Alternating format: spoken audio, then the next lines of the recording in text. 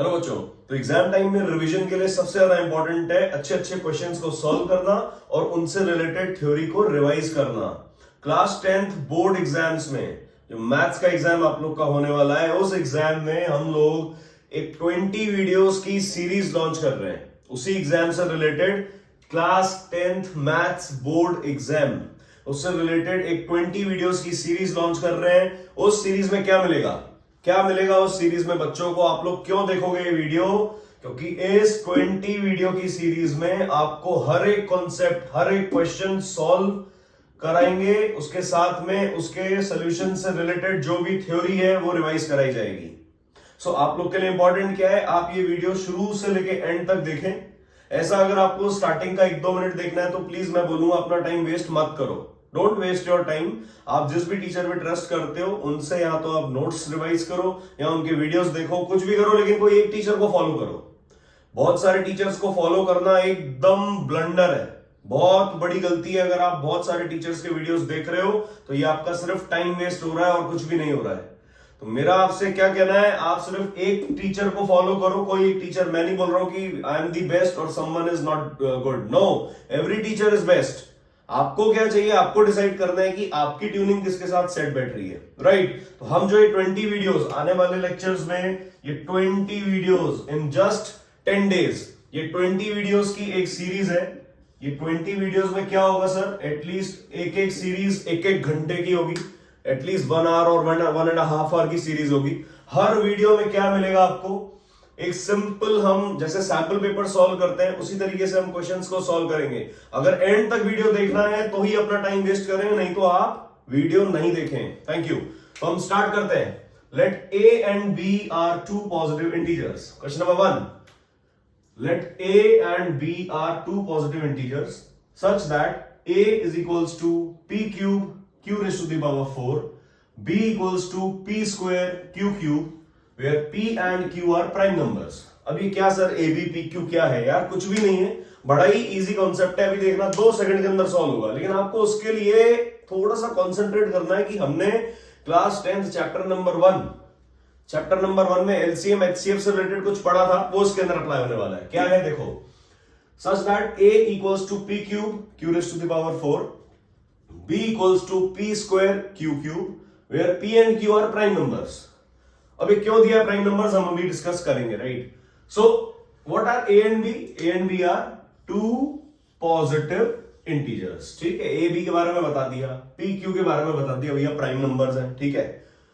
If HCF A B, इसका मतलब क्या है बच्चों? इसका मतलब है एचसीएफ ऑफ ए बी।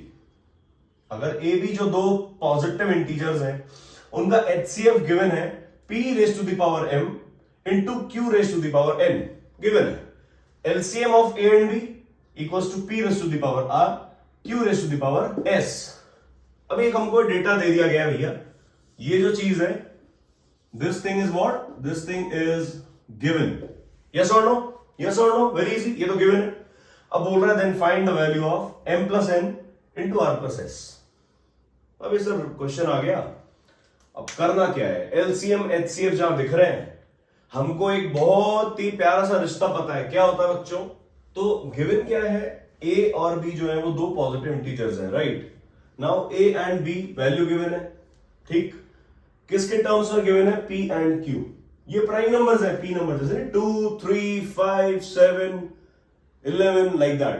तो ये प्राइम नंबर्स है, मतलब इनके फैक्टर्स तो और बनेंगे नहीं, सिंपल इनका जो 2 नंबर्स है उनको मल्टीप्लिकेशन वे में एक्सप्रेस करके दे दिया, दैट्स इट। अब एचसीएफ गिवन है, ये है, एलसीएम ये है, खत्म। ये m प्लस एन और r प्लस एस की वैल्यू मांग रहा है, मतलब हमको कुल मिला के m n r और s की वैल्यू फाइंड आउट करनी है। कैसे करेंगे सोचो, हमको सर पता है एचसीएफ और एलसीएम निकालने का तरीका। What is LCM? कोई भी 2 नंबर का एलसीएम क्या होता है? All common factors with their highest powers. तो 2 नंबर हमको जो गिवन है वो क्या है सर? a and b। तो a और b का एलसीएम क्या होगा?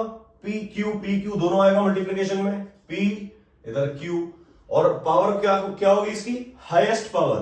तो p की हाईएस्ट पावर कौन है? 3 और 2 में से 3। q की हाईएस्ट पावर क्या है? 4 और 3 में से 4। तो ये तो हो गया मेरे पास एलसीएम। सिमिलरली एचसीएफ निकालेंगे अपन। एचसीएफ क्या होगा बोलो? कॉमन फैक्टर्स कौन है sir? P and Q with lowest powers. ध्यान रखना एलसीएम में बच्चों हाईएस्ट पावर आती है कॉमन फैक्टर्स की, और एचसीएफ में लोएस्ट पावर जो सबसे छोटी होती है, स्मॉलेस्ट पावर आती है। सो P और Q की स्मॉलेस्ट पावर क्या है सर? P 3 और 2 में से 2 आएगा एंड Q 3 और 4 में से 3 आएगा। Very easy.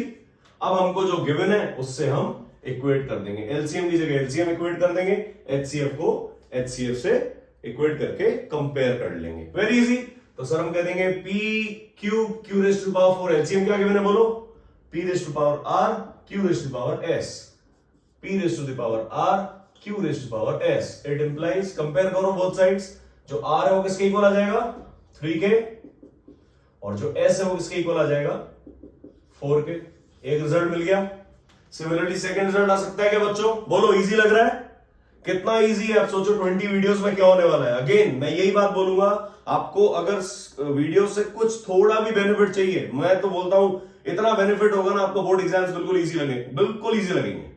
आपको चाहिए कि आप 20 वीडियोस देखो तो सही, हर एक वीडियो को एंड तक देखो तो सही। आप एक बार देखोगे तब आपको पता पड़ेगा कि हाँ सर पढ़ा क्या रहे हैं। हर टीचर अच्छा पढ़ाता है। आपको क्या करना है? अगेन कोई एक टीचर को चूज करो और लग जाओ उसके साथ में, बिल्कुल मेहनत करो उनके साथ में, उनके वीडियोस देखो, एंड तक देखो। 1-2 मिनट देख के अगर आपको क्विट करना है, बेटर है आप वीडियो देखो ही मत, अपनी टेक्स्ट बुक उठाओ और पढ़ाई करो। लेकिन अगर वीडियो देख रहे हो, अपना टाइम आप स्पेयर कर रहे हो, अपना टाइम उसमें इन्वेस्ट कर रहे हो, तो आपको वो वीडियो एंड तक देखना, बिल्कुल देखना जरूरी है। नाउ इसको किससे कंपेयर करेंगे? एचसीएफ को बोलो। HCF that is equals to P raise to the power M into Q raise to the power N। कोई तकलीफ? Comparing both sides. M का वैल्यू क्या आ गया बोलो? M equals to 2 and N equals to 3। खत्म। अब हमें जो रिजल्ट चाहिए M plus N into R plus S, तो M की वैल्यू 2, N की value 3, that means 2 plus 3 into what is R plus S? 3 plus 4। तो आंसर क्या आ गया सर? 5 into 7 that is 35। कितना इजी है? अब देखो ये क्वेश्चन डिपेंड करता है, ये 1 मार्क में भी आ सकता है सेक्शन ए में, 2 मार्क्स में भी आ सकता है, 3 मार्क्स में भी आ सकता है। अगर 1 मार्क में तो हम फटाफट रफ में कैलकुलेशन करेंगे और सॉल्व करके लिख देंगे। अगर यही क्वेश्चन 2 और 3 मार्क्स में आ रहा है तो हमको थोड़ा सा रिजल्ट शो करना पड़ेगा, हमको रिटन में दिखाना पड़ेगा कि how do we know that how LCM is equals to common factors to their highest powers multiplication, and what is HCF? HCF equals to common factors raised to their lowest power, छोटी power. ये सब बातें बतानी पड़ेंगी, question के weightage पे depend करता है। अगर क्वेश्चन 2 मार्क्स 3 मार्क्स में आ रहा है तो हमको थोड़ा थ्योरी देना पड़ेगा, और क्वेश्चन 1 नंबर का आ रहा है तो फटाफट रफ में सॉल्व किया, खट खट खट, और आंसर आ जाएगा 35। आई गेस समझ में आया होगा। Now moving on to question number 2। Now question number 2 क्या है sir? It is from the topic quadratic equation, right. अब क्वाड्रेटिक इक्वेशन का टॉपिक है, कुछ एक कॉन्सेप्ट इसके अंदर हम यूज करेंगे तो उसका रिवीजन भी हो जाएगा। देखो बच्चों, यही टेक्निक है, एक एक क्वेश्चन सॉल्व करते जाना है, उससे रिलेटेड टॉपिक को रिवाइज करते जाना है। मैं बता रहा हूं आपको, इतना थॉरो रिवीजन होगा ना, आपको लगेगा यार मेरा बोर्ड एग्जाम का पेपर कितना इजी है और मैं यूं ही डर रहा था, या मैं यूं ही डर रही थी। ठीक है, now let P be a prime number. What is P? P is a prime number. Prime number क्या होता है? देखो हर सवाल के हर वर्ड में कहीं ना कहीं उसका सोल्यूशन से रिलेटेड कुछ ना कुछ एक रास्ता है यार। अब वो सोल्यूशन तक जाने के लिए आपको वो छोटी छोटी बातों को ऑब्जर्व करना आना चाहिए। क्या ऑब्जर्व किया हमने सर? प्राइम नंबर है। P क्या है सर? प्राइम नंबर है। प्राइम नंबर क्या होते हैं यार? प्राइम नंबर होते हैं जिनका not more than 2 factors, the number itself and 1। What is a prime number? Prime number क्या होता है बच्चों? प्राइम नंबर के 2 फैक्टर्स होते हैं। प्राइम नंबर के सिर्फ 2 फैक्टर्स होते हैं। एक तो नंबर खुद, यहां पे खुद कौन है भैया? P and 1। तो हमको 2 फैक्टर्स मिल गए। भले हमें इसका यूज करना है या नहीं करना है, लेकिन हमको एक कॉन्सेप्ट तो आ रहा है यार। प्राइम नंबर क्यों दिया? प्राइम नंबर मतलब P और 1, P का फैक्टर P और 1 खुद होगा, right. Now find the quadratic equation having its roots as factors of P, as factors of P। P के 2 फैक्टर मिल गए क्या? P and 1। ना क्वाड्रेटिक इक्वेशन का फ्रेमिंग याद है तुमको? General form of quadratic equation, अगर दो फैक्टर्स मिल गए हमको तो हमको पता है क्या, any quadratic equation can be written as x square minus s x plus p equal to 0।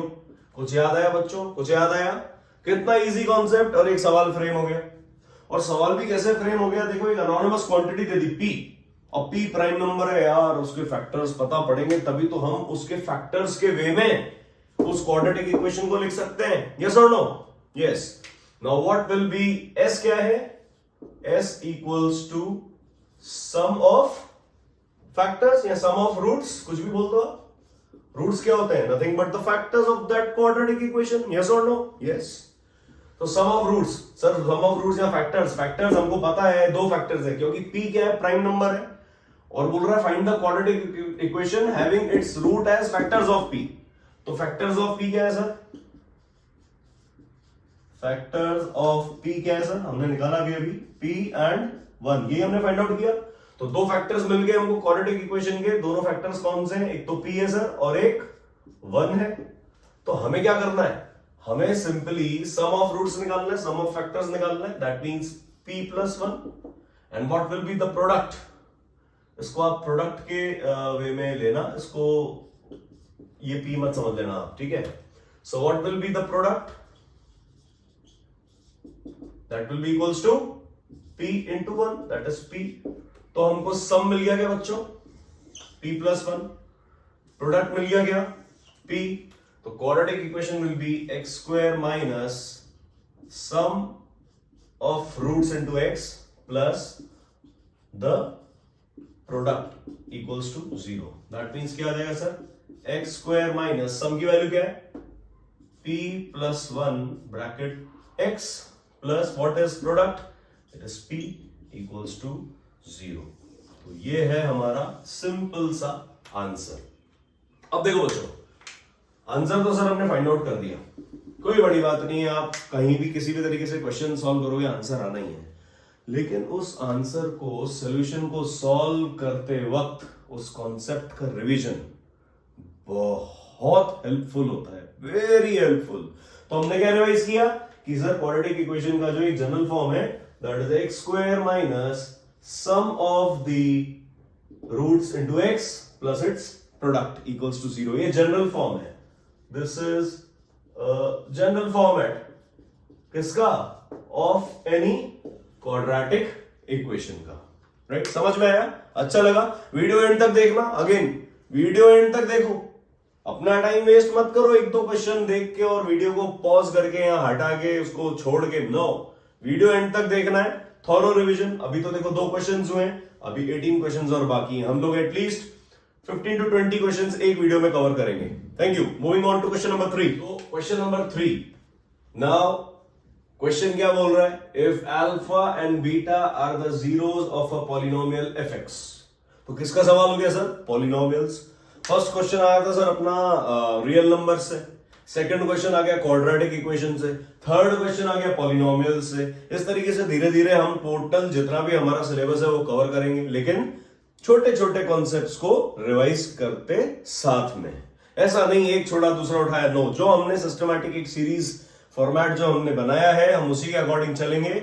Starting में थोड़े इजी क्वेश्चंस हैं, जैसे वीडियो एंड की तरफ जाएगा ना, जैसे वीडियो का थोड़ा लेंथ बढ़ेगा, आप लोग का टाइम स्पेंड होगा, फिर देखना आप टफेस्ट लेवल, टफनेस का लेवल देखते जाना आप किस तरीके से टफ होते जा रहे हैं क्वेश्चंस और उनके सॉल्यूशंस। सर कितना इजी बना रहे हैं यार, सर क्या बना रहे हैं, ये कॉन्सेप्ट है, हम सिर्फ उस कॉन्सेप्ट की स्ट्रैटेजी को फॉलो करते हैं और वही आपको फॉलो करना सिखाते हैं। ठीक है, आप क्या करो, आप वीडियो एंड तक देखो। अगेन बोल रहा हूं, वीडियो एंड तक देखना, मजा नहीं आएगा। नहीं तो एक वीडियो देखोगे ना, लगेगा यार क्लास 10th का मैथ्स रिवाइज हुआ है। और आप लोग एक वीडियो को देख के, एक वीडियो को ढंग से समझ के, ढंग से एक एक क्वेश्चन को सॉल्व करके देखना, 20 के 20 वीडियोस पूरे देखने वाले हो, I can bat.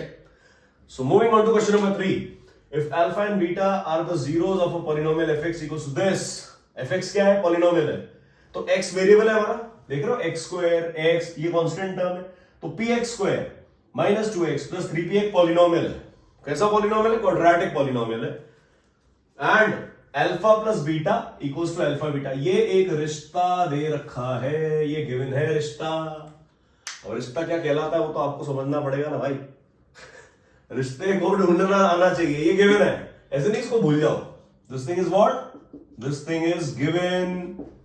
Alpha beta क्या है सर? जीरोस है। तो हम सॉल्व करते हैं इसको। क्या लिखेंगे सोल्यूशन में? एक पॉलिनोमियल जो गिवन है वो कॉपी आउट कर दो। F x equals to p x square minus 2x प्लस 3p। कोई दिक्कत? No sir. अच्छा, ये जो पॉलिनोमियल है इसके जीरोस दे रखे हैं, क्या है सर? Alpha and beta. तो हम इस तरीके से एरो लगाएंगे, एक अल्फा है और दूसरा एरो लगा के लिखेंगे ये बीटा है। ये क्या है सर इसके? दीज आर जीरोस, ये जीरोस है। अब यार जीरोस है और अल्फा बीटा की बात हो रही, तो हमको पता है अल्फा प्लस बीटा क्या होता है? क्या होता है बोलो? Sum of zeros. हमें पता है sum of zeros that is alpha plus beta, उसकी वैल्यू क्या होती है? Minus B upon A. Minus B upon A होता है क्या? कोई दिक्कत यहां तक? कोई दिक्कत, कोई डाउट? नो। अब ध्यान से देखो बच्चों, alpha plus beta minus B upon ए है and product of zeros, product of zeros क्या होता है sir? Alpha into beta. Product क्या होगा? Alpha into beta. सम क्या था? अल्फा प्लस बीटा, तो प्रोडक्ट क्या होगा? Alpha into beta. और अल्फा बीटा की वैल्यू क्या होती है? C upon A. ये कॉन्सेप्ट किस किस को याद है? कमेंट सेक्शन में बताना। कमेंट सेक्शन में कमेंट करो, याद है सबको कि नहीं? और नहीं याद है तो अभी फॉलो कर लो इसको, अभी समझ लो, बता दिया। तो यही तो टेक्निक क्या है? यही टेक्निक है कि एक छोटा सा क्वेश्चन उठाया, उससे रिलेटेड कॉन्सेप्ट हमने सीख लिया। कोई दिक्कत? कोई दिक्कत? No sir. अब ये जो पॉलिनोमियल गिवन है इसमें ए बी सी की पहले वैल्यू लिख लो। अगर गलती नहीं करना चाहते हो बच्चों तो ए बी सी की वैल्यू लिख दो। ए क्या है सर? पी। बी क्या है? -2 और सी क्या है? 3p। ए की वैल्यू यहां लिख देते हैं अपन, यहां लिख देते हैं। चलो, ए की वैल्यू क्या है बोलो? ए की वैल्यू है सर p। बी की वैल्यू क्या बोलेंगे? -2। देखो साइन के साथ, साइन के साथ बच्चों देखना सीखो। अगर क्वेश्चन का डेटा ही तुमने गलत कॉपी किया ना तो सवाल सॉल्व करना बेकार है, तुम्हारी सारी पढ़ाई, सारे कॉन्सेप्ट्स बेकार। सवाल से ही कॉपी करना है, सवाल का एक डेटा ढंग से उठाना है। सो ए की वैल्यू p है। What is b? b is -2 and what is c? c तो पूरा कांस्टेंट है, 3p।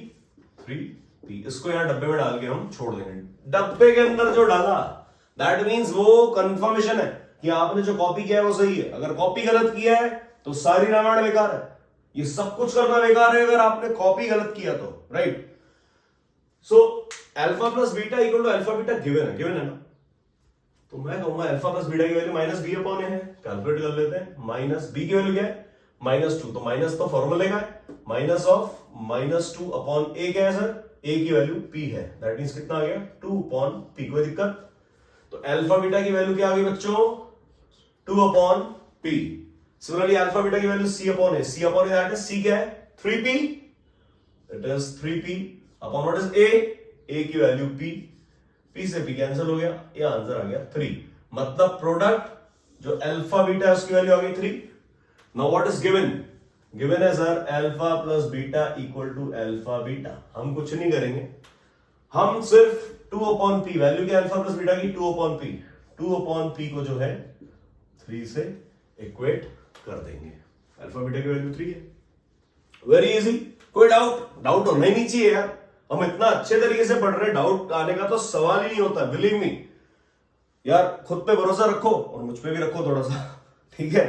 लेकिन जहां एक बार ट्रस्ट डेवलप हो गया ना, फिर तो आपको क्वेश्चन सॉल्व करने से कोई नहीं रोक सकता। ट्रस्ट आपके टीचर पे। अभी अगर आप ये वीडियो देख रहे हो तो आपका टीचर मैं हूं, राइट? आपको ट्रस्ट होना चाहिए कि सर जो पढ़ा रहे हैं वो सही है और वो हमें कहीं ना कहीं हेल्प करेगा ही करेगा, ठीक है? तो हम कहेंगे sir 2 upon p equal to 3। That means p को इधर ले जाएंगे, 3 नीचे आ जाएगा, या ऐसे कर दो 2 इक्वल्स टू 3p। p को यहां छोड़ दो तो 3 कहां आएगा? 2 के डिनोमिनेटर में, मतलब 2/3। तो हमारा आंसर आ गया बच्चों p इक्वल्स टू 2/3। समझ में आया तो कमेंट सेक्शन में बोलो यस सर। क्लियर? एक सवाल, एक concept. Now moving on to question number 4। If the system of equations 3x plus y equals to 1 and 2k minus 1 into x plus k minus 1y equals to 2k plus 1 is inconsistent। क्या given है? System of these simultaneous linear equations, linear equation in two variables अपन ने पढ़ा है। Now system of these linear equations is inconsistent, find k। What is inconsistency? Topic आ गया, एक concept आ गया, पूरा कॉन्सेप्ट डिस्कस करेंगे। What are consistent solutions? What are inconsistent solutions? देखो, consistent system of linear equation क्या होता है सर? ये कंसिस्टेंट मतलब जिसका कोई सोल्यूशन हो, दैट मीन्स हैविंग सॉल्यूशन। अब वो सॉल्यूशन बच्चों कितने भी हो सकते हैं, यूनिक सॉल्यूशन भी हो सकता है या फिर इनफाइनाइट सॉल्यूशन भी हो सकते हैं। तो a consistent system of linear equations having solution, दो तरीके के सॉल्यूशंस बताए सबने अभी अभी। एक तो होगा अगर यूनिक सॉल्यूशन हुआ, और एक होगा जब इनफाइनाइट सॉल्यूशंस होंगे। इसका मतलब क्या है? आपको पता है लीनियर इक्वेशंस में ये वेरिएबल x और y है, and what is 3, what is 1, what is 2k minus 1, what is k minus 1, these all are coefficients, a1 a2 b1 b2 c1 c2 पढ़ा होगा सबने। यूनिक सॉल्यूशन के लिए जो कंडीशन होती है बच्चों, that is a1 upon a2 not equal to b1 upon b2। ये ध्यान रहेगा, यूनिक सॉल्यूशन। अच्छा, दो लाइंस है, लीनियर इक्वेशन का मतलब क्या है? दो लाइंस है ग्राफ के ऊपर, ग्राफ है और उसमें दो लाइन है, this is x axis and this is y axis. कोई दिक्कत? यूनिक सॉल्यूशन का मतलब है दो लाइंस होंगी और दोनों लाइंस इंटरसेक्ट करेंगी एक पॉइंट पे, तभी तो यूनिक सॉल्यूशन है। ग्राफ कैसा बनेगा? से एक लाइन अगर इस तरीके से जा रही है तो दूसरी लाइन कुछ इस तरीके से जाएगी, this is the point of intersection, और ये पॉइंट ऑफ इंटरसेक्शन ही क्या है? The solution. कौन सा सॉल्यूशन? Unique solution. यहां तक कोई दिक्कत? Any doubt? Very easy. Consistent solution infinite solutions भी तो हो सकता है, मतलब बहुत सारे सॉल्यूशन। कंसिस्टेंट का मतलब क्या? जो एग्जिस्ट करता है। इनकंसिस्टेंट का मतलब क्या है? जो एग्जिस्ट नहीं करता है।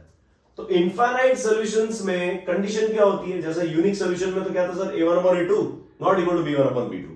इनफाइनाइट सॉल्यूशंस में कंडीशन होगी बच्चों a1 upon a2 equal to b1 upon b2 equal to c1 upon c2। कोई दिक्कत? यहां तक कोई दिक्कत तो बोलो नो सर। कंडीशन ध्यान रखनी बच्चों। देखो सिस्टम क्या है? ये कंडीशन,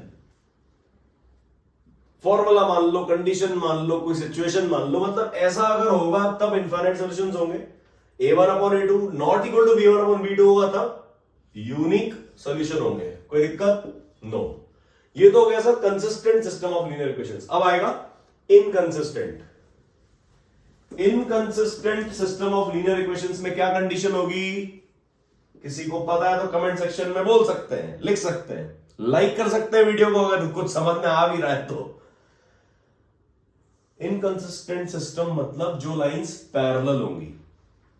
यूनिक सॉल्यूशन मतलब कैसी लाइन है sir? Intersecting lines, intersecting lines. Infinite solution मतलब कैसा सर? को इंसिडेंट लाइंस, एक के ऊपर एक दूसरी लाइन। इस तरीके से अगर ग्राफ बनाएंगे हम, ये x है, ये y है, एक लाइन अगर इस तरीके से जा रही है तो दूसरी लाइन भी उसके ऊपर ओवरलैप कर जाएगी। समझ में आ रहा है कुछ बच्चों? इस तरीके से। So these are what? These are coincident lines. कैसी लाइंस है ये? These are coincident lines. जो लाइन एक के ऊपर दूसरी ओवरलैप हो रही है, तो बहुत सारे सोल्यूशन हो गए ना। जो भी पॉइंट इन इस लाइन पे है वो सारे सोल्यूशन हो गए, that means infinite many solutions, बहुत सारे सॉल्यूशन। अब बात आती है इनकंसिस्टेंट। इनकंसिस्टेंट मतलब इंटरसेक्टिंग हो गई, कोइंसिडेंट हो गई, लाइंस कौन सी बची? Parallel lines. एक लाइन के ऊपर दूसरी लाइन, कोई कॉमन पॉइंट आएगा क्या? देखो देख लो पैरेलल लाइंस में कोई कॉमन पॉइंट आ रहा है क्या? No sir. दैट मींस ये लाइंस कैसी होंगी सर? पहले तो एक छोटा सा कॉन्सेप्ट कि these will be parallel lines. True or false? Yes sir. Parallel lines कैसे बनेगा सर? ग्राफ, छोटा सा ग्राफ बना लेते हैं बच्चों, x and y। If this is one line, this will be second line. True or false? एक line दूसरी लाइन के पैरेलल होगी कि नहीं होगी? Yes sir. पैरेलल मतलब क्या, इनमें कोई कॉमन पॉइंट है? कॉमन पॉइंट नहीं है, इसीलिए बोलते हैं इनकंसिस्टेंट या फिर नो सोल्यूशन। क्या बोलते हैं? No solution. यहां तक कोई तकलीफ? नो सोल्यूशन मतलब कहीं भी इंटरसेक्ट नहीं करेंगी, कोई भी कॉमन पॉइंट नहीं है। और नो सोल्यूशन के लिए कंडीशन क्या है बच्चों? a1 upon a2 equal to b1 upon b2 not equal to c1 upon c2। Not equal to मतलब ये दोनों तो इक्वल होंगे, a1 upon a2 b1 upon b2 से इक्वल होगा, लेकिन c1 अपॉन c2 के इक्वल नहीं होगा। ये कंडीशन है। यहां तक आप लोग कॉपी कर लो, कोई डाउट हो तो बोलो। एक बार ढंग से इसको, वीडियो अगर आपको थोड़ा सा लेंदी लग रहा है, इस कॉन्सेप्ट को एक बार शुरू से फिर से देख लो। हम 1 मिनट के अंदर ये सॉल्व कर लेंगे क्वेश्चन। देखो बच्चों, मैं चाहता तो 1 मिनट में आपको इसका सोल्यूशन बता सकता था, लेकिन हमारा मोटिव वो नहीं है यार। मेरा जो थॉट है वो ये है कि आपको एक क्वेश्चन दिया जाए, उस क्वेश्चन से रिलेटेड थ्योरी सामने हैंड टू हैंड डिस्कस कर ली जाए। थोड़ा सा टाइम ज्यादा लगेगा, लेकिन देखो आप, अपन ने एक सिर्फ इनकंसिस्टेंट सॉल्यूशन के चक्कर में लीनियर इक्वेशन के पूरे सॉल्यूशंस रिवाइज कर लिए कि यार कंसिस्टेंट सॉल्यूशंस क्या होते हैं, यूनिक होते हैं, इनफाइनाइट होते हैं। इनकंसिस्टेंट क्या होते हैं? नो सॉल्यूशन, जिसका कोई सॉल्यूशन नहीं होता है। लाइंस कैसी बनती है? यूनिक सॉल्यूशन में इंटरसेक्टिंग लाइंस बनती है, ग्राफ भी समझ लिया। इनफाइनाइट सॉल्यूशंस में कोइंसिडेंट लाइंस बनती हैं, और नो सॉल्यूशन में या इनकंसिस्टेंट सॉल्यूशन में पैरेलल लाइंस बनती हैं। इसमें कंडीशन क्या है? a1 upon a2 not equal to b1 upon b2। इसमें कंडीशन क्या है? a1 upon a2 equal to b1 upon b2 equal to c1 upon c2। No solution में, इनकंसिस्टेंट सॉल्यूशन में, पैरेलल लाइंस में कंडीशन क्या है? a1 upon a2 equal to b1 upon b2 not equal to c1 upon c2। I guess समझ में आया होगा। हाँ, समझ में आया तो एक लाइक हिट करो। सब जने लाइक हिट करेंगे वीडियो पे अगर समझ में आ रहा है तो। नाउ अब इस क्वेश्चन को कैसे सॉल्व करेंगे सर? Very easy. इस क्वेश्चन के लिए हमें इसका a1 upon a2 b1 upon b2 c1 upon c2 clearly समझ आना चाहिए। इसको मैं रब कर देता हूं ताकि हम सिर्फ इस क्वेश्चन से रिलेटेड बात कर सके अब, राइट? तो सर इनकंसिस्टेंट सॉल्यूशन की हमने कंडीशन लिख दी, a1 upon a2 equal to b1 upon b2 not equal to c1 upon c2। Lines लिखेंगे, पहले क्या गिवन है बोलो बच्चों? 3x plus y equal to 1। दूसरी लाइन क्या है sir? 2k minus 1 into x। अब देखो मैंने क्यों दूर दूर लिखा है, ताकि 3 के नीचे 2k माइनस 1 मुझे दिख जाए, x के नीचे x आना चाहिए, plus k minus 1 into y equals to 2k plus 1। कोई दिक्कत? हमने सिंपल ये चीज यहां पे कॉपी करी है, दिस थिंग। ये दोनों लाइंस हमने यहां पे कॉपी आउट कर दी, ठीक? 3x plus y equals to 1, 2k minus 1 into x plus k minus 1 into y equals to 2k plus 1। Now condition लगाएंगे a1 upon a1 into b1 b2 c1 c2 है क्या? ये a1 हो गया 3, a2 हो गया 2k minus 1। b1 क्या है? अगर y के यहां कुछ नहीं है, दैट मींस क्या है? 1 है कि नहीं? यहां पे 1 ही तो है एक तरीके से। और b1 हो गया सर y, b2 क्या हो गया? k minus 1। सिमिलरली c1 1 हो गया और c2 2k plus 1 हो गया, ठीक है? आप सिंपली पुट करेंगे। कंडीशन क्या है सर? एग्जाम में लिखना पड़ेगा। The condition for inconsistent solution parallel lines having no solution is what? a1 upon a2 equal to b1 upon b2 not equal to c1 upon c2। यहां तक कोई तकलीफ तो बोलो। Inconsistent solution that means parallel lines, right? इसको solve करते हैं अपन। क्या होगा बोलो? 3 upon 2k minus 1 is equals to 1 upon k minus 1 is not equals to 1 upon 2k plus 1। कोई दिक्कत? यहां तक कोई दिक्कत है तो बोलो बच्चों। Any doubt? कैसे सॉल्व करेंगे? बस इस इक्वेशन को ले लेंगे इस इक्वेशन को, छोड़ देंगे, नॉट इक्वल इससे मतलब ही नहीं हमको तो सिंपल सॉल्व करना है। हम क्या कहेंगे sir, very easy, 3 multiplied by k minus 1 is equals to 1 multiplied by 2k minus 1. That this will be 3k minus 3 equals to 2k minus 1. That means k की वैल्यू को एक तरफ रखेंगे, 3 और 1 को एक तरफ ले जाएंगे. So that will be 3k, 2k इधर आएगा तो minus 2k equals to minus 3 उधर जाके plus 3 and minus 1 as it is. That means k equals to 2. यहाँ तक कोई डाउट है तो बच्चों बोलो. k की वैल्यू 2 आ गई. देखो यार आंसर निकालना एक अलग बात है, क्वेश्चन सॉल्व करना एक अलग बात है, लेकिन उस क्वेश्चन से रिलेटेड कॉन्सेप्ट को समझना this is a different thing, बहुत अलग है यार. हमने क्या किया, हमने सिंपल एक लीनियर इक्वेशन का सवाल था, लीनियर इक्वेशन इन 2 वेरिएबल्स का क्वेश्चन है, उससे रिलेटेड हमने पूरा का पूरा सिस्टम ऑफ लीनियर इक्वेशंस का जो सॉल्यूशन क्राइटेरिया है उसी को समझ लिया. कंसिस्टेंट सॉल्यूशन क्या होते हैं, इनकंसिस्टेंट सॉल्यूशन क्या होते हैं, उनके ग्राफ कैसे बनते हैं, एक्स वाई जेड एवरीथिंग. इसीलिए देखो वीडियोस देखना ज्यादा इंपॉर्टेंट नहीं है, वीडियो को एंड तक देख के समझना, उससे कुछ सीखना, दैट इज इंपॉर्टेंट, राइट. तो देखो जैसे जैसे हम लोग आगे बढ़ते जा रहे हैं, क्वेश्चंस का लेवल ऑफ टफनेस भी बढ़ता जा रहा है और बढ़ेगा यार. देखो this is class 10th, class 10th में सिर्फ टफनेस का लेवल बढ़ेगा अगर आपके कॉन्सेप्ट्स क्लियर है ना. कोई क्वेश्चन आपको डिफिकल्ट नहीं लगेगा, बिलीव मी. आप हर क्वेश्चन को सॉल्व कर सकते हो, लेकिन यार थोड़ा टाइम तो देना पड़ेगा ना. इतना आपने 1 साल तक मेहनत करी है, लास्ट के जो 5-10 दिन है या 15 दिन है जो भी है, उनमें थोड़ी तो आपको मेहनत ज्यादा करनी पड़ेगी ना, थोड़ा एफर्ट तो ज्यादा देना पड़ेगा ना, right. So moving on to question number 5. तो क्वेश्चन नंबर 5 क्या बोल रहा है, if vertices of a parallelogram PQRS. Now parallelogram geometry, right. अब पैरेललोग्राम क्या होता है हमको पता होना चाहिए. पैरेललोग्राम में दो साइड्स का सेट इक्वली पैरेलल होता है, right.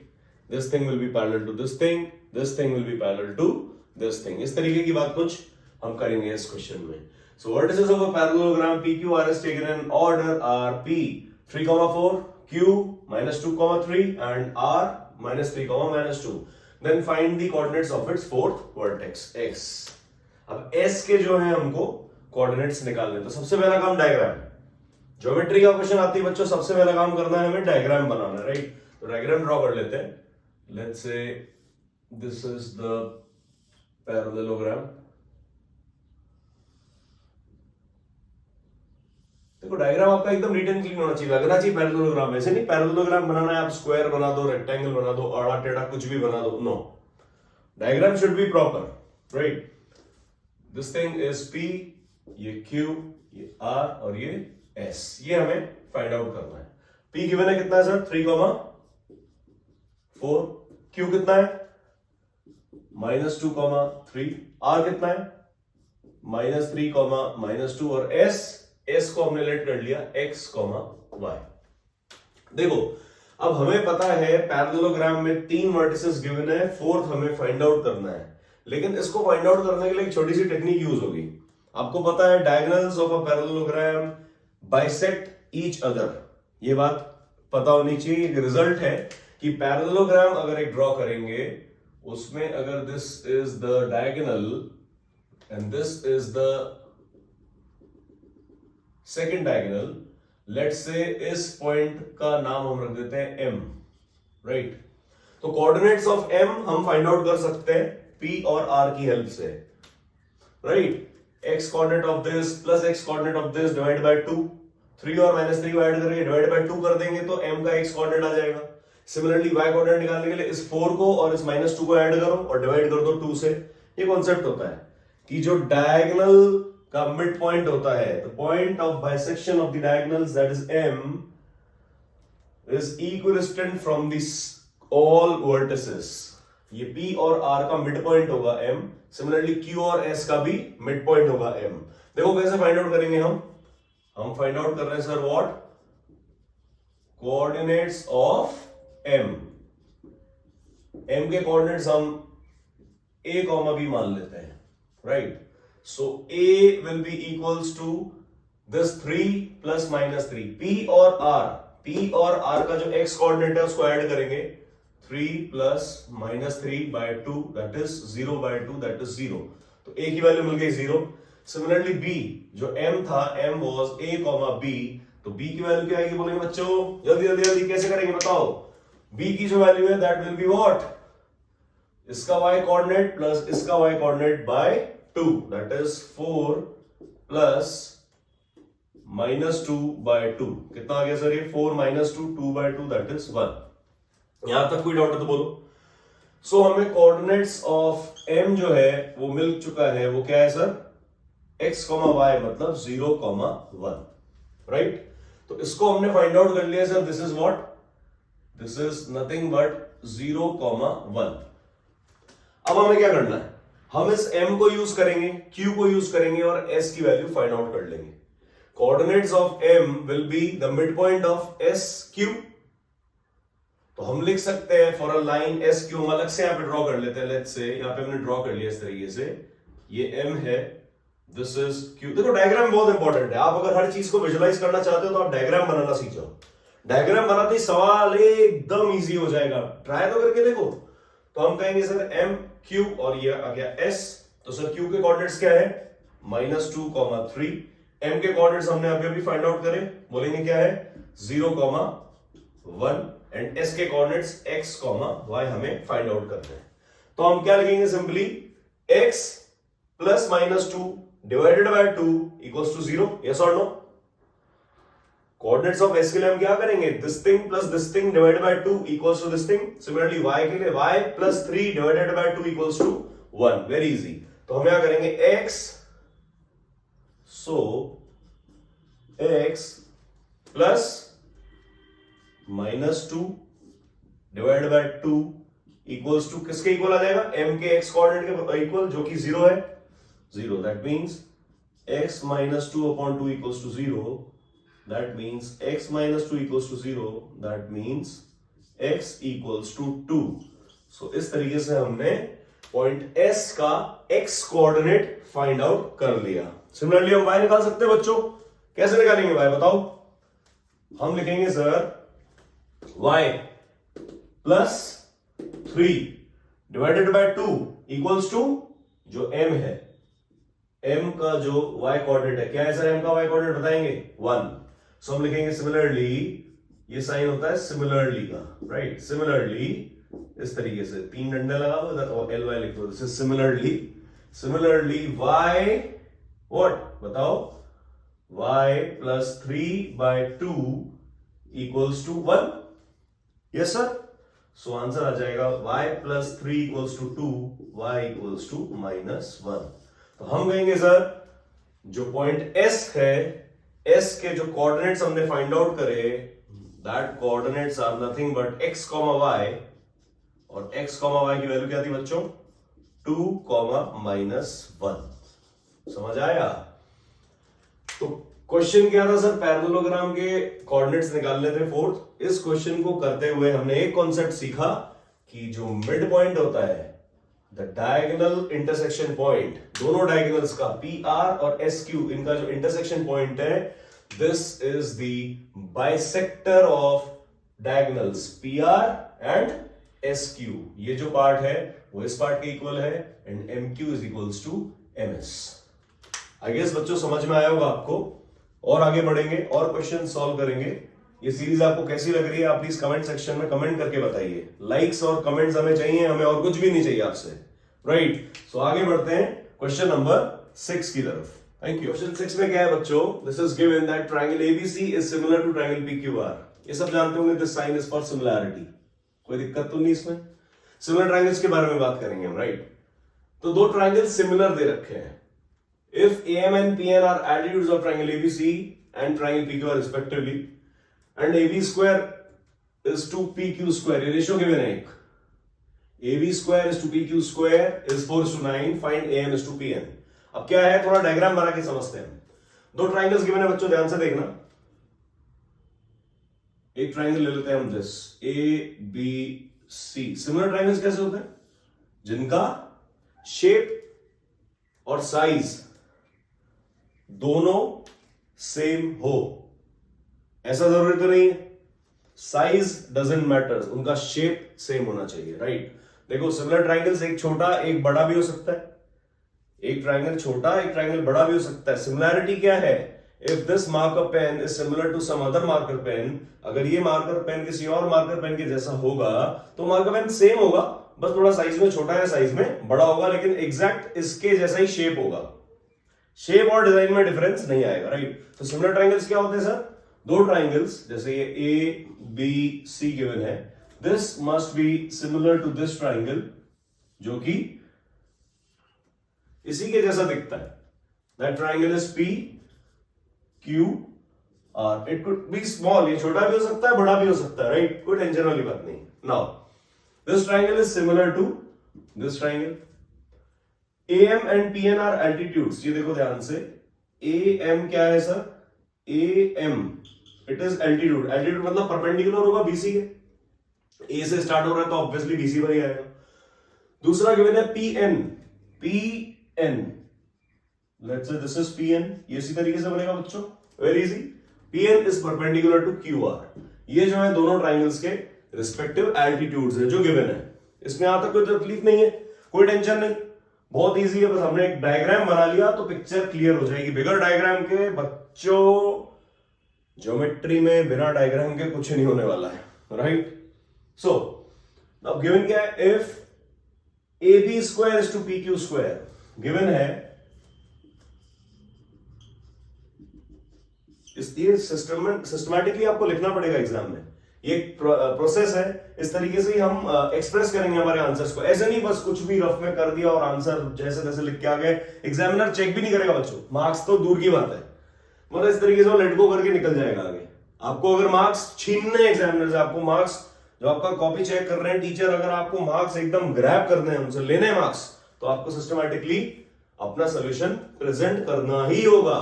Now given AB square upon PQ square equals to 4/9, हमें क्या फाइंड आउट करना है sir? AM upon PN equals to what? इस तरीके से लिखा जाता है। ये हमें एक्चुअली चाहिए क्या? गिवन क्या है, हमें गिवन क्या है और हमें फाइंड आउट क्या करना है, ये हमें लिखना होगा क्लियरली। नाउ देखो सिमिलर ट्राइंगल्स है तो आपको पता होगा ratio of corresponding sides is equal. देखो because triangle ABC is similar to triangle PQR, it implies हम कह सकते हैं AB, ये आता होगा आपको, AB upon PQ, corresponding sides AB upon PQ will be equals to BC upon QR, BC upon QR, और BC upon QR किसके इक्वल हो जाएगा? AC upon PR, right. ये तो रिलेशन आपको पता होगा। अब हमें फाइंड आउट तो क्या करना है सर? हमें AB और AB अपॉन PQ गिवन है, ठीक है, हमें AB upon PQ, AB square upon PQ square given है, यहां से हम AB अपॉन PQ की वैल्यू निकाल लेंगे क्या?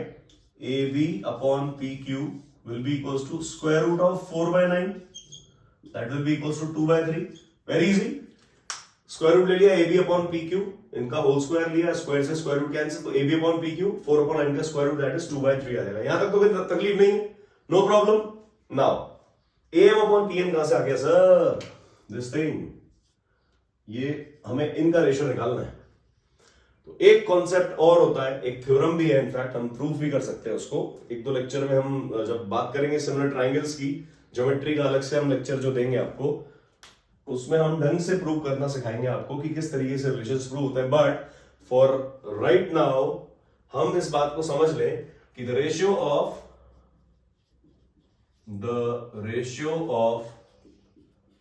corresponding sides of two similar triangles is equal to what? The ratio of their corresponding altitudes is equal to ratio of corresponding what? Altitudes. इसका मतलब क्या है? ये जो साइड्स का रेशियो है ना बच्चों, ये एल्टीट्यूड के रेशियो के भी इक्वल होता है। एल्टीट्यूड क्या, इनफैक्ट मीडियन के रेशियो के इक्वल होता है, एंगल बाइसेक्टर के रेशियो के इक्वल होता है। वो एक अलग कॉन्सेप्ट हो जाएगा, एक सीन ही चेंज हो जाएगा, इसलिए हम वो अभी डिस्कस नहीं कर रहे हैं।